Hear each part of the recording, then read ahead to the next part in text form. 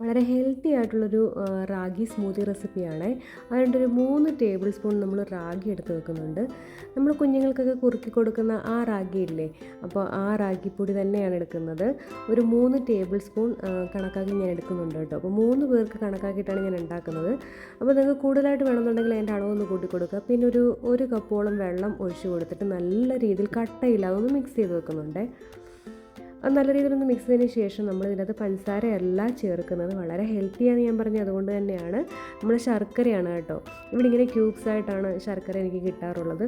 അതുകൊണ്ട് നമ്മൾ ഒരു 2 ക്യൂബ് ഞാൻ ചേർത്തിട്ടുണ്ട്. അപ്പോൾ നമ്മൾ മധുരത്തിന് ആവശ്യമുള്ള ശർക്കര നിങ്ങൾ ചേർത്ത് കൊടുക്കുക. എന്നിട്ട് ഞാനൊന്ന് കുറുക്കി വറ്റിച്ചെടുത്തിട്ടുണ്ട് കേട്ടോ.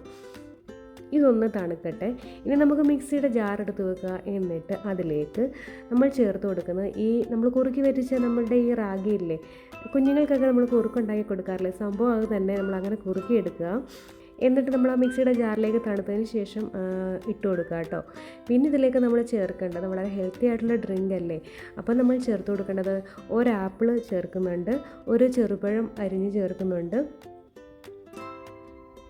നിങ്ങളുടെ കയ്യിൽ ഉള്ള ഫ്രൂട്ട്സൊക്കെ നിങ്ങൾക്ക് ആഡ് ചെയ്യാം കേട്ടോ. ഞാനിപ്പോൾ എൻ്റെ കയ്യിൽ ഉള്ള ഇതായതുകൊണ്ടിട്ടാണ് ഞാനിത് ആഡ് ചെയ്യുന്നത്. പിന്നെ ഞാനൊരു 3-4 ബദാം ഇട്ട് കൊടുക്കുന്നുണ്ട്.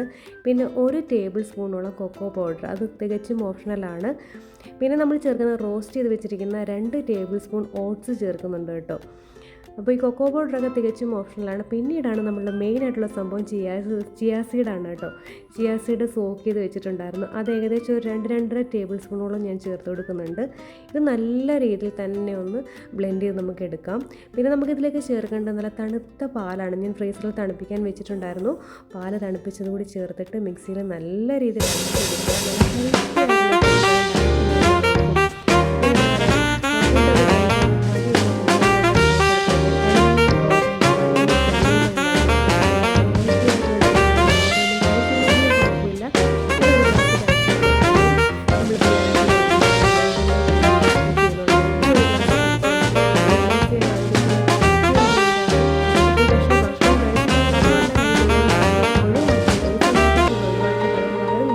കുടിച്ചാൽ മതി കേട്ടോ. അപ്പോൾ റെസിപ്പികളൊക്കെ ഇഷ്ടപ്പെടുന്നുണ്ടെങ്കിൽ ലൈക്ക് ചെയ്യാനും ഷെയർ ചെയ്യാനും മറക്കരുത്. നെക്സ്റ്റ് റെസിപ്പിയുമായി കാണും വരെ bye. Thank you for watching.